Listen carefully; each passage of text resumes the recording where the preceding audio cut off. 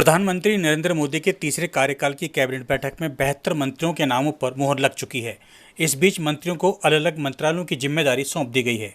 राजनाथ सिंह को रक्षा मंत्री, अमित शाह को गृह मंत्री तथा सहकारिता मंत्री और जगत प्रकाश नड्डा को स्वास्थ्य, परिवार कल्याण, रसायन व उर्वरक मंत्री की जिम्मेदारी दी गई है। भारतीय निर्वाचन आयोग ने 7 राज्यों में 13 विधानसभा क्षेत्रों के लिए रिक्त स्थानों के लिए उपचुनाव की अधिसूची जारी कर दी गई है।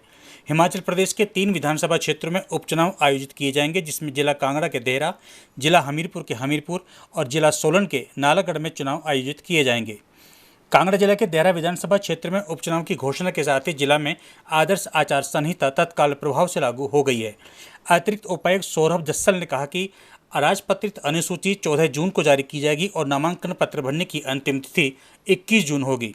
नामांकन पत्रों की छंटनी 24 जून को होगी और नामांकन वापस लेने की अंतिम तिथि 26 जून होगी। एडीएम ने बताया कि चुनाव 10 जुलाई को आयोजित किए जाएंगे, जबकि 13 जुलाई को मतगणना की जाएगी और उसी दिन परिणाम घोषित कर दिया जाएगा। देहरा विधानसभा क्षेत्र में मतदाताओं की कुल संख्या 84,491 है, जिनमें 42,000 पुरुष और 42,491 महिला मतदाता शामिल हैं। देहरा विधानसभा क्षेत्र में मतदान के लिए कुल 100 पोलिंग बूथ स्थापित किए जाएंगे। ECI election commission of India द्वारा हिमाचल प्रदेश में बाई इलेक्शन की घोषणा की गई है। आप सबको पता चला होगा। इसी संदर्भ में हमारे डिस्ट्रिक्ट कांगड़ा में भी एक असेंबली कॉन्स्टिट्यूएंसी है देहरा, जिसमें बाई इलेक्शन होना है, जिसका नंबर है AC number 10 Dehra.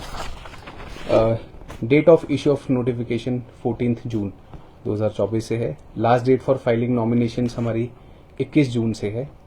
Date for scrutiny of nomination हमारी 24 जून को है। लास्ट डेट फॉर विड्रॉल, मतलब कि आप जो एप्लीकेशन दे रहे हैं नॉमिनेशन की, उसको विड्रॉ करने के लिए 26 जून का डेट दी गई है। डेट ऑफ पोल हमारा 10 जुलाई है और डेट ऑफ काउंटिंग उसके अंदर 13 जुलाई को है। और सारा का सारा जो इलेक्शन का प्रोसेस है हमारा, वो 15 जुलाई को रैप अप हो जाएगा। अब जो ये चुनाव होने जा रहा है, ये 3.5 साल के लिए चुनाव होने जा रहा है और ये एक ऐसा चुनाव है जब से देश आज़ाद हुआ है और देश आज़ाद होने के बाद जो निर्दलीय प्रत्याशी है, जो कि किसी भी पार्टी के प्रत्याशी को समर्थन दे सकते हैं, उन निर्दलीय प्रत्याशियों ने इस्तीफ़ा दिया है। और उन निर्दलीय प्रत्याशियों ने जो इस्तीफ़ा दिया, उसके पीछे क्या कारण रहे? क्योंकि निर्दलीय प्रत्याशी तो चाहे कांग्रेस की सरकार है उसको समर्थन कर सकता है, चाहे विपक्ष है उसको समर्थन कर सकता है। इस्तीफ़ा देने की क्यों जरूरत पड़ी? और वो दोबारा से फिर 3.5 साल का क्या चुनाव लड़ेंगे कि नहीं लड़ेंगे? क्योंकि उनको 5 साल के लिए चुनकर भेजा था, उन्होंने 14 महीने में इस्तीफ़ा दिया। अब क्यों लड़ेंगे चुनाव? ये तो भारतीय जनता पार्टी क्या टिकट देती है, फैसला करती है, तो उनका अपना आंतरिक मामला है। लेकिन इसके पीछे एक चीज़ तो स्पष्ट नज़र आती है कि कहीं ना कहीं इन्होंने अपनी जो आज़ाद प्रत्याशी के रूप में विधायकी थी उसको बेचा है।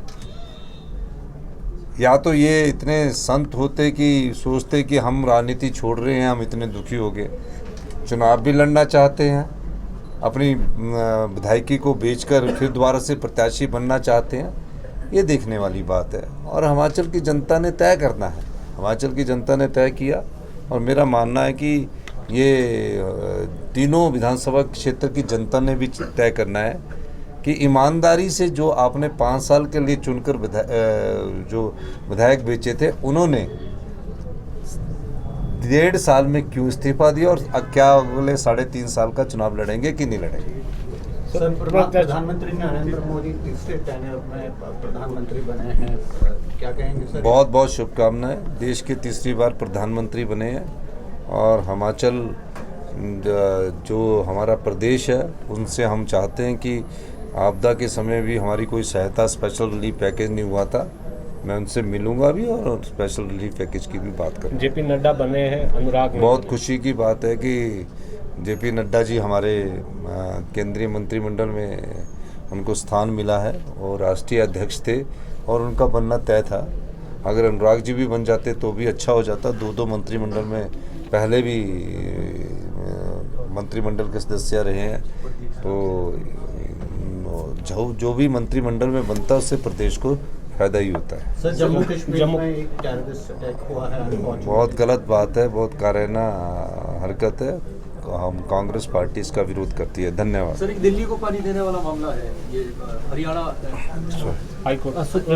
नहीं, दिल्ली को जो पानी देने का मामला है वो हमारा दिल्ली सरकार से समझौता हुआ है और मैंने उनसे कहा है कि दिल्ली सरकार को जो हम पानी देंगे वो हम अपनी संपदा है, उस पानी पर हम दिल्ली सरकार से क्यूसिक मीटर या लीटर के हिसाब से हम पैसे लेंगे। उस पर दिल्ली सरकार ने सहमति बना दी है।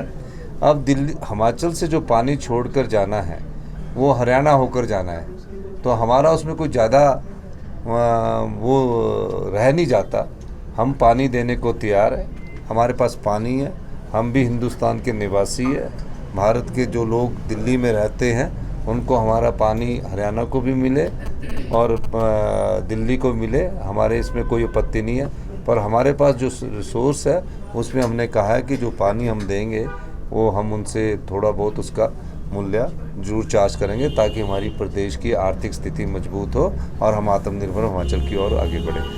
मुख्यमंत्री सुक्खू ने हिमाचल पथ परिवहन निगम की बैठक की अध्यक्षता करते हुए कहा कि यात्रियों की सुविधा के लिए निगम द्वारा 25 नई वोल्वो बसें तथा 50 टेम्पो ट्रैवलर खरीदे जाएंगे। इसके अतिरिक्त निगम के बिड में इलेक्ट्रिक बसें शामिल की जाएंगी। वर्तमान वित्त वर्ष में इलेक्ट्रिक बसों की खरीद के लिए 517 करोड़ रुपये का बजट आवंटित किया गया है। नेता प्रतिपक्ष जयराम ठाकुर ने प्रधानमंत्री नरेंद्र मोदी कैबिनेट द्वारा 3 करोड़ गरीबों को आवास देने के फैसले का स्वागत करते हुए प्रधानमंत्री एवं केंद्रीय कैबिनेट का आभार जताया है। जयराम ने कहा कि बीजेपी के संकल्प पत्र को अक्षरशः लागू करने के लिए प्रतिबद्ध हैं। जो भी गारंटी प्रधानमंत्री नरेंद्र मोदी ने दी थी वह निर्धारित समय में पूरी की जाएगी।